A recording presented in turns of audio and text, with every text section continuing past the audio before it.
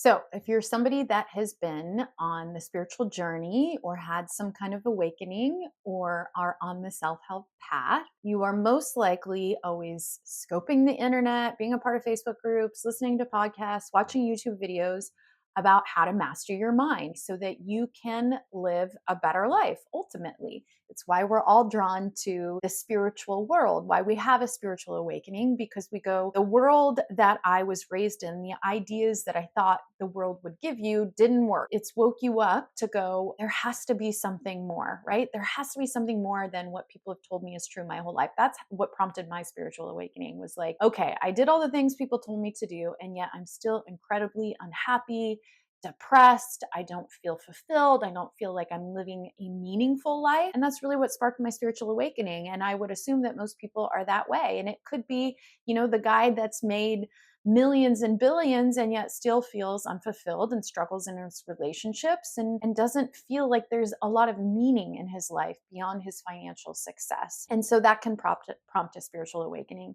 And ultimately, it leads you onto this path of the law of attraction, how to master your thoughts, and your thoughts create your reality. All of these really cool concepts that give you a sense of freedom, but also more control in your life. Like, okay, I can actually master my reality. And how I master my reality is learning how to master my mind. And there are tons of techniques out there for learning how to master your mind in the self-help industry. And what we found because of our own personal experiences, that the number one tool to help them may surprise you and shock you, but it was actually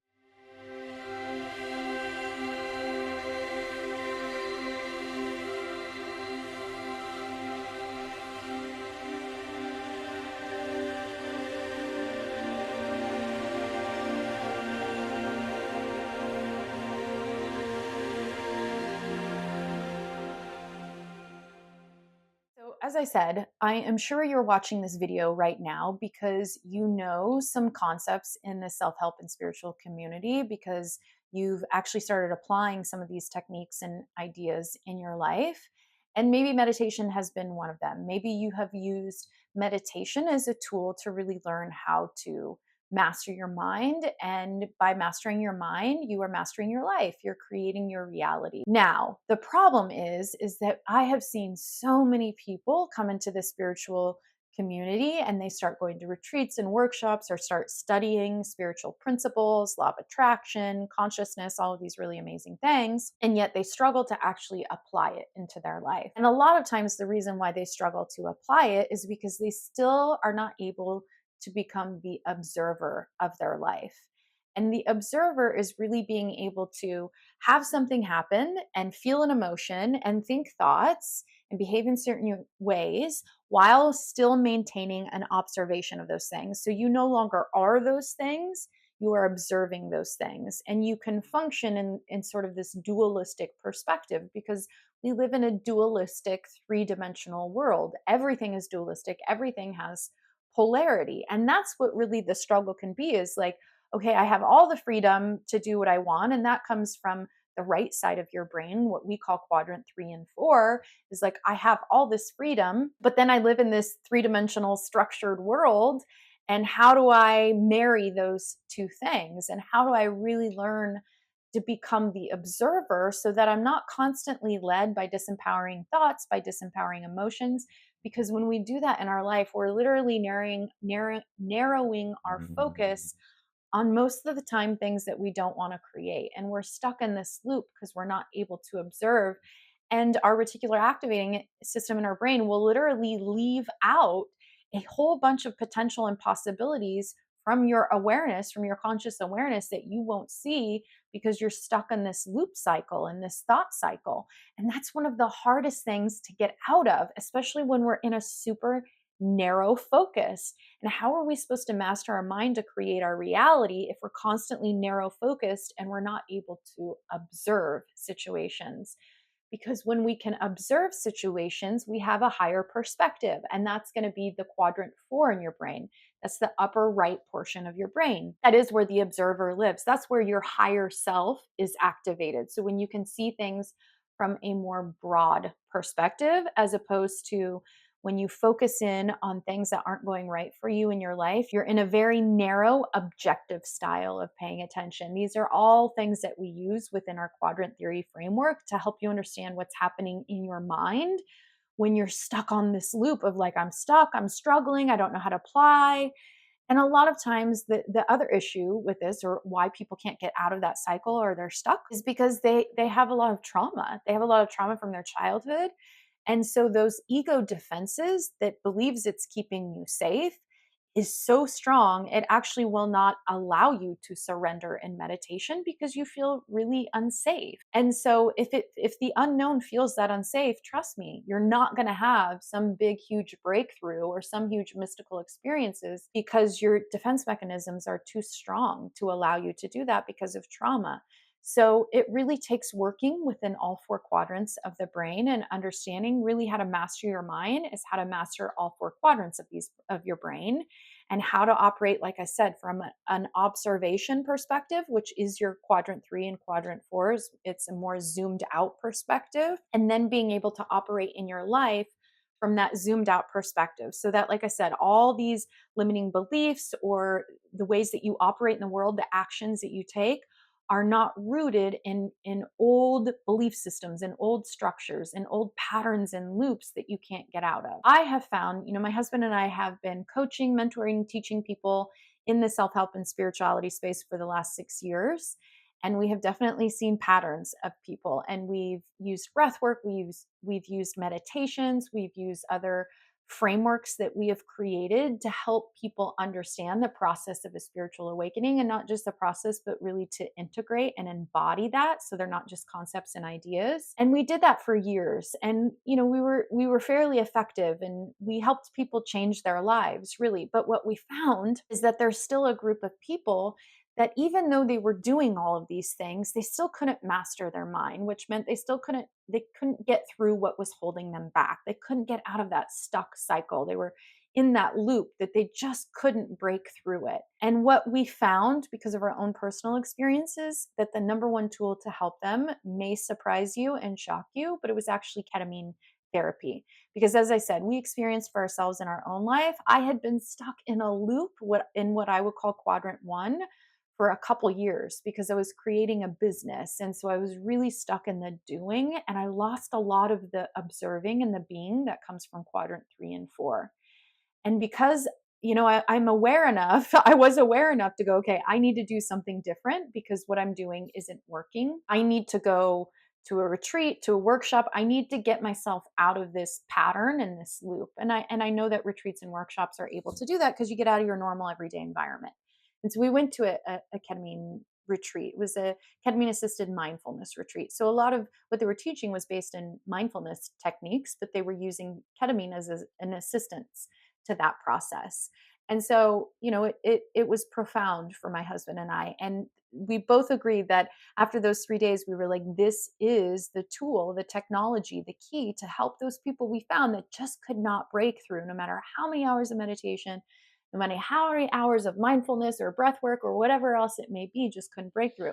Now, I want to add to that there's a lot of people in the self-help or spirituality space that don't believe in psychedelics and don't believe that you don't they believe that you don't need those things. And I wouldn't disagree. I think for some people don't need those things, but some people do. And some people it's really helpful. And if you're using it with the right setting and intention, then there's nothing wrong with using a technology that's going to help you. It's sort of like you could connect with people without using your phone. You don't need your phone to connect with people.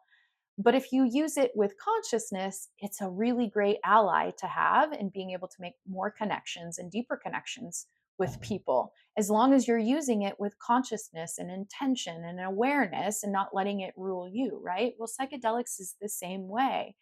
And I think that it can easily lend to the belief for people who are struggling to go, oh my God, what's wrong with me? Why can't I get this? Something must be wrong with me. And I'm here to tell you nothing's wrong with you. There's absolutely nothing wrong with you. And everybody has their own path and their own journey. And what works for one may not work for another. But there's absolutely nothing wrong with using psychedelics, like I said, if used in the correct way. Of course, just like any other technology or any other thing we have on this planet, It can be used for harm and destruction, or it can be used for good and to actually help people. And so, like I said, what we saw was ketamine therapy was really able to help people have a breakthrough. Because of our experience, we were like, wow, this is profound for, those people that are really, really stuck. And so when we went home and we decided we really want to start integrating this to help people master their mind and master their life, we want to integrate this as one of our tools. And so, of course, what did I do? I started researching ketamine and what it was actually doing in the brain. And it even more so proved to us our initial intuitions that this seems like sort of a technology. Now, I know some people will think that's silly, and that's fine. But for us, a technology that is any advancement that's going to help you, that's going to advance you in whatever you're using. So a microwave is a technology, right? A microwave took it from I got to heat stuff up in the oven, that takes a long time, to I can heat stuff up in 30 seconds. You don't believe in microwaves, that's fine. But for those of you that do and use them, it's a really good analogy. And so that's why we call it a technology, because it really can help people that are super, super, super stuck. And then the more that I did research and the more that I understood what science is actually researching in ketamine therapy, it made even more sense. Why? Because ketamine is a dissociative anesthetic. Now, what does that mean? Disassociate means you literally disassociate from your body. So you no longer are the identity that you think you are. You come out of that. You become the observer. Now, if somebody does not have a foundation or framework or a spiritual practice or self-help practice, this can be very alarming and disturbing and hard. So what we do in our work with ketamine therapy, we do not work with people in this space that don't already have a foundation for this work, that haven't already done some therapy, or haven't worked with a coach, or haven't done some of their own internal work to create a framework and a structure to build upon. If you don't have that structure, being disassociated is a really scary thing. But when you have a framework and a structure, being disassociated helps you to understand why you're stuck in certain loop patterns of thought. Because what ketamine is doing in the brain, it's turning off certain neurotransmitters and turning on other ones. Now, they don't know how it's doing what it's doing. They know what ketamine's doing in the brain. They don't know how. It's still a mystery to them. What it does literally is it turns off the default mode network. It turns off that aspect of you that is an identity, that is an ego, quadrant 1 and 2. It's going to turn that off. And it's going to turn on quadrant 3 and 4 so that you can become the observer and go, oh, I see now why I'm stuck on that certain thought loop. I see now why I keep behaving in that same way. I see because I have a broader perspective now, and I can understand a deeper aspect of myself, or a deeper aspect of my trauma or my belief system that caused me to keep creating this in my life. It literally allows you to be the observer. So it's activating that aspect of you. So, like, an example is when Scott and I got home from our retreat, what we noticed, and granted, him and I had a very strong, spiritual framework and self-help framework before going into that. So we had done a lot of meditation retreats. We've done a lot of Dr. Joe Dispenza work. So we knew a lot of this already. This was just sort of a nudge back in the direction we already knew at a deeper level. But when we came back, it was like we would react in a certain way, or we would think in a certain way. And all of a sudden you would hear that sort of inner voice that would be like, well, that's interesting. Why are you acting in that way? Or why are you thinking in that way? And so it's sort of like you had a connection to your higher self at all times. And then, of course, it's up to you to continue to keep those neural pathway opens, because the other thing that ketamine therapy does is create neuroplasticity in the brain. That's what meditation is doing. It's allowing you to create new neural networks in your brain so that you can think, act, feel, behave, take action in different ways. That's what neuroplasticity allows you to do. And the opposite of that is being stuck in loops and Groundhog Day, unable to get out of it. Like, there's nothing more frustrating than when you know you're stuck in a pattern, but you don't know how to get out of it. That is, and the example that our doctor that we had at our retreat gave to us was such a great example for why ketamine therapy is so powerful. And she said, it's as if you're stuck in a forest and you're trying to find your way out, but the trees are everywhere. You have no idea if you should go left, right, back, front. You're just completely lost. You don't know where your way out. And so you can keep trying different things, Or what ketamine does is literally lifts you above the forest so that you can see the way out. So you can look down and go, okay, if I just keep going in this direction for a longer period of time, then I'm going to get out of that forest. And then you go back into the forest and you walk out. That is literally such a great analogy for how ketamine therapy can affect your life, is because if you're stuck, I heard from one of my spiritual teachers, you can't see the label outside of the bottle if you're stuck in the bottle. You just can't. It's impossible. It's unconscious to you. And so the other reason why we love integrating ketamine therapy into our processes is because it's not Scott or I giving you your answers, it's you giving you your own answers. We provide the space and the support, and we provide every opportunity for you to access that inner wisdom, but we don't give you your inner wisdom. You get your inner wisdom from that experience. You connect with a part of yourself that has the answers, and those answers come in quadrant 3 and 4. And ketamine therapy helps you to access 3 and 4. So, especially if you're somebody that has been stuck for a while, if you've been on this spiritual path for a while and you just find yourself not being able to move forward, it's like you're at this plateau and you're super frustrated, like, why can't I get out of this? Then I highly recommend that you be open and try ketamine therapy. Now, we do these in alongside certain frameworks and processes, because along with the experience of ketamine therapy, you also have to have the integration. And so if you're new to the ketamine therapy space, we offer weekend workshops where you can come in for 2 days. We give you the experience of the ketamine journeys twice. We use breath work, and then we also use our frameworks of the quadrant theory to help you with integration, so that you have a plan when you go home to continue to utilize the benefits. Your brain is neuroplastic for up to 72 hours after one ketamine treatment. And so the ability to master your mind and create the things that you want to create in your life in that time period is massive.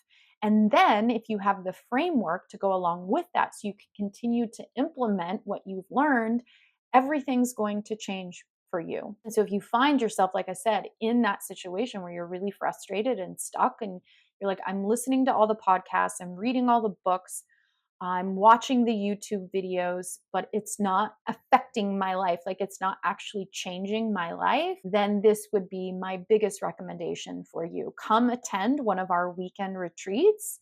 You get the experience for yourself. You get to see what it's like. You get to have a framework. And then if you want, we have advanced retreats where we really go down deep levels of mastery and integration in your life. But like I said, if you're somebody that's just like, I'm trying all these different things that's not working, I highly recommend that you try ketamine therapy. The way we do it in our weekend retreats is going to be totally different than if you were just to go to a ketamine clinic by yourself. And there's a reason for that. There's a reason that we do it the way that we do it in a group setting and with the frameworks that we offer, so that you can continue to integrate the experiences in your life. And so we're really excited. I'm doing this video in February, but we have an upcoming weekend retreat in Boise, Idaho. I say I'm really excited because we've been traveling all over the country really for the last almost, year and a half, 2 years. And we haven't really had a base. And now we've decided to sort of grow some roots here in Boise, Idaho. And so it's really looking like this will be the location that we will continue to do our weekend retreats. We do our advanced retreats in Florida. And so we're going to be able to come up with a schedule as well, a schedule of events for the rest of the year, so that you have a space, you can come and attend and see what it can do for you. Because like I said, I have seen results over and over and over again, not just in my own life, but in now working with others, leading these retreats, using ketamine therapy as an option. You don't have to. We have frameworks and systems and tools to help you on your spiritual path that don't require ketamine therapy. But if you are that person that is stuck and ready to just get to the next level, like, I need to see why this isn't working for me, I highly recommend you come to one of our weekend workshops. If you want to know more information, I'm going to put the link in the description, so that number one, you can get on our email list. If you get on our email list, you will be notified of when these upcoming weekend retreats are. And you can register for the next one that's coming up, like I said, in Boise, Idaho. We're thinking April, maybe end of April. But like I said, make sure you're on our email list. There'll be a link to sign up to that so that you can be notified when those are coming up. And like I said, if you have any questions, please feel free to put them in the comments below. I'm so open to discussions, constructive discussions around ketamine therapy, especially in the spiritual space, because I think once people have that foundation and framework already set up, this only amplifies, really helps those that are stuck. So please feel free to ask me any questions. I'd love to educate, provide education around what ketamine therapy is, instead of just the narrative that it's, some drug.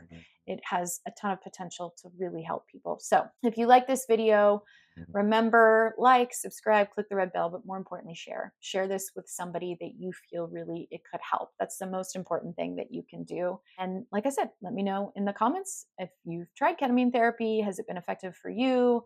Any questions that you may have, I'll be happy to answer. I'll see you guys on the next episode.